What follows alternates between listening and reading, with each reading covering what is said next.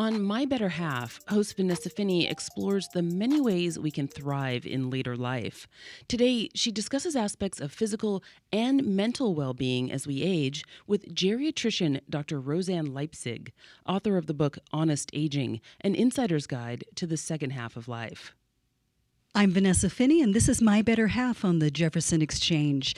My guest today has been working for decades to transform the way we approach aging, individually and as a society.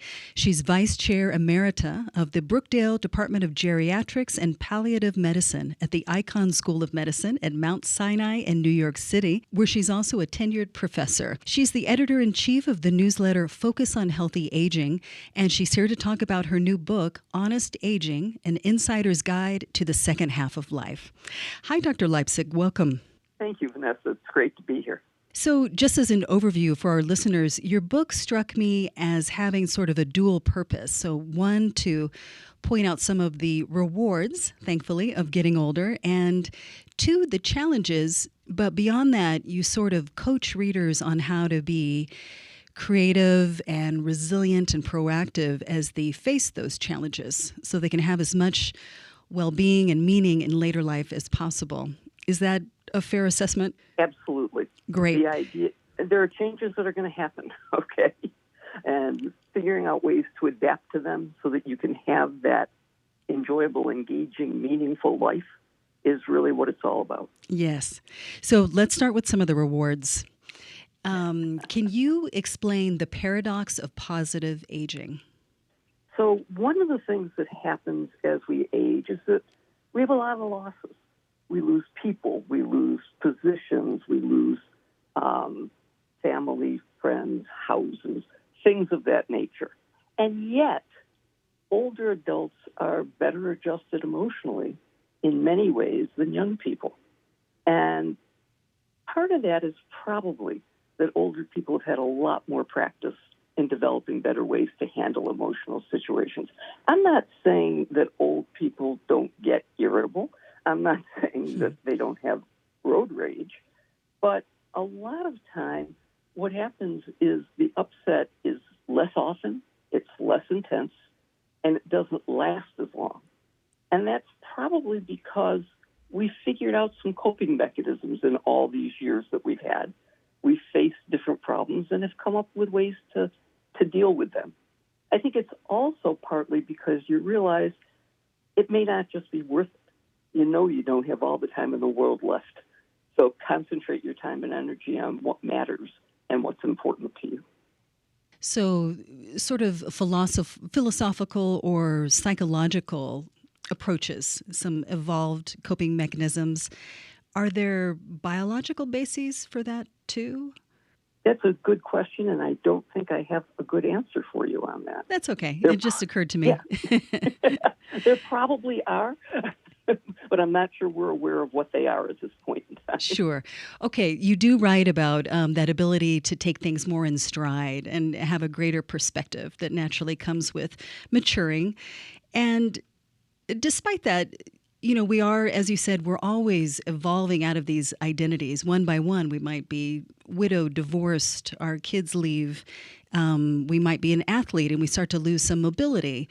And that can all be a little bit disorienting. You know, we have to find a new place in the world. I think the tendency when we face those losses is that we can see it as the glass half empty. But you have some tips on envisioning it as a glass half full. And you say full of as yet unknown possibilities. So I wonder if you can expand on that. I think the first thing we don't get is how lucky we are. There's never been a time where so many people have had 20 to 40 years after, as you say, after the kids are gone, the job is done, to reset yourself, to think about what it is you want to do for the rest of your life. Did the road not traveled? Do you want to start doing some of those things? You want to give back, volunteer, learn a new craft. There's so many things that you can do. And I think we don't appreciate that we have that. And I think for many of us, the biggest problem is that we don't think about that until we get to this point. And then we're kind of at a loss. What am I going to do with all this time? I used to have to get up, make the meals, go to work. What do I do? And so I think just as we spend a lot of time thinking about our financial security in retirement, we need to think about what we're going to do, what's going to make life worth living for us. That's interesting because even though we all know it's coming, as you say, we might not have actually sat down and planned, like, what will my day actually look like? And if you're focusing on the loss, it could be disorienting or even disheartening, but you're encouraging us to see it as, wow, my future is wide open, and to start thinking about it even years ahead of time so it doesn't set you back as much. Absolutely. In fact, it's something to look forward to. So on that note, something you said in the book. So we've always heard about fighting against ageism, say in the workplace. But something that you talked about kind of impressed me as an internal ageism. And that's because you coach your patients to not have the negative stereotypes of middle age and old age that they might even hold themselves, because they can actually become self-fulfilling prophecies and make them feel less content. It could even affect their physical health. Absolutely. Absolutely. Our attitudes toward aging don't form when we become old, okay? They're formed from the time you're a kid.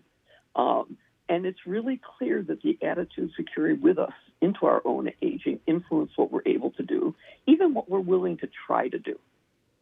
So older adults with negative perceptions of aging will perform worse on memory tests, on standardized hearing tests, okay? Mm-hmm. Those with positive perceptions of aging live about 7.5 years longer and maintain more independence, including the ability to do heavy work, climb stairs, than those with negative perceptions of aging. Wow.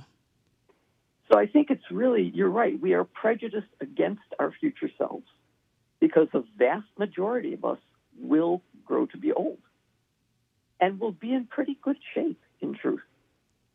So we need to recognize that, and to recognize if we have these perceptions, they're not immutable. You can expose yourself to older people who are vital and active. Everybody talked about Betty White. Now they talk about Jane Fonda. There are a lot of people who are out there role modeling for us how we can live our lives. That can be each one of us. You're listening to My Better Half on the Jefferson Exchange. I'm Vanessa Finney. My guest is Dr. Roseanne Leipzig, whose book Honest Aging describes what to expect emotionally, psychologically, physically, and functionally in the second half of life, and how to optimize all of it. As we've been talking about, we all have to navigate loss as we go through life. Explain for us how reminiscence therapy or life review of relationships and achievements can improve our perspective. Absolutely. So life review is a way of putting your own life in perspective, where you review what you've accomplished during your life. Some people use the term review and reminiscence kind of interchangeably, but oftentimes reminiscence therapy is to describe the memory alone, which is good. But in a life review, you discuss the meaning of the memory and what meaning it has for you. And there are actually studies that show that people who complete a life review have an improvement in their mood and their sense of well-being and their self-esteem. They realize how much they've accomplished in their lives. That sounds so healthy and welcome. Do you think we are naturally inclined to do that, or is there that negative bias that we carry with us, into one more area, into aging? I think it's a combination, yeah. Quite honestly. I think the big push toward writing memoirs is one way of doing this. Mm-hmm. I've seen a number of different centers and places that people will go in the summer for courses and things like that, have courses that are basically doing life review and putting it down. Yeah. And what we like to do is to encourage younger people to talk to older people in their lives and find out things about them. And in fact, I just got back from a family reunion, and we realized how much we didn't know because we hadn't asked the question. Real And so we eye-opener. started, it was 4 generations there, and we just started telling people things. I love It was it. really great. Yeah. I love it. And really quickly, it rings true what you said about memoir, because I attended grad school in my 30s, but at the time, and it was a writing program, and at the time, the program was just flush with middle-aged women in particular. And their goal was to write a memoir. And it really struck me as a way to sort of make sense of your life. We discover as we, just through the act of writing something down. But I want to get into a more physical aspect. And you write that you call exercise the anti-aging drug that works. So can you talk about that in the minutes we have left? Sure. So many things are advertised as anti-aging. Yeah. Exercise is the only thing to be shown in rigorous trials to improve sleep, cognition, muscle mass, bone strength, decrease falls, fractures, and the chance of you becoming frail. And people feel that, it's got to be, no pain, no gain, that sort of thing. And that's not true. You just need to find a routine that works for you, and you have to challenge yourself if it feels like it's too easy. Walking alone can improve many of these concerns. In fact, a couple of weeks ago, I had a week vacation, and I was a good girl. I did hikes around, nothing major, 30 minutes, did some kayaking. The next week, I went to work, climbed the front stairs at work, and said, God, this is so much easier after 1 week. Okay. Yeah, it's easier than climbing a mountain. Oh, for God's sake, yes. So, if it's recommended that you do something 30 minutes a day, 5 days a week, but you can do 10 minutes 3 times a day. It doesn't have to be a full 30 minutes when you start out. Right. They're saying it's cumulative now. Yes. So that's one easy way to start. And that was one of my questions, because a lot of people get to their middle years or even later, and they've never really had a practice of any exercise. So what's another way they can start? So just walking out your front door is one way. What are some other easy ways to make this a part of your life? Well, I think one thing that's happened to a lot of us during the pandemic is that we became real couch potatoes. Yeah. Okay? And I think it's hard for a lot of people to reverse that, but we have to.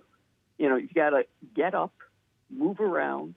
Some people do best if they are have numbers to go by, the number of steps a day or the number of minutes a day or something like that. But I think the easiest thing to do is to find somebody who can be your buddy and to make an appointment. We're going to take a walk together, because it's sometimes hard to get yourself out just by yourself. It's accountability. Right. Yeah. Right. So you can And buy it's that also fitness social. device. Yeah, that's true. And that has health benefits as well.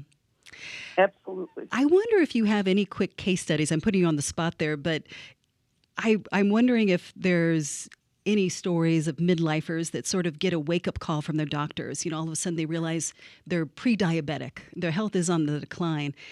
And in trying to correct that, they end up in the best shape of their lives. I have to tell you, I just came from this reunion. I have a cousin who at 39 had a heart attack. And he was, a bit overweight. He wasn't very active, let's put it that way. And he became this outdoors person, moved to Minnesota, started riding a bike all over the place. He and his wife took their bikes to Europe, to bike around Europe. I mean, absolutely changed his life. Love it. Shouldn't have to take that, but unfortunately, for many of us, it does. All right. Dr. Leipzig, thank you so much for taking the time to talk about these things on My Better Half. Dr. Roseanne Leipzig has her book, Honest Aging, An Insider's Guide to the Second Half of Life, just published in January. It counters common myths about aging and offers resources for additional self-help, support, and inspiration, as does her website, roseannemd.com. You can listen to this and other episodes at jeffexchange.org or wherever you subscribe to podcasts. I'm Vanessa Finney. Thanks for listening.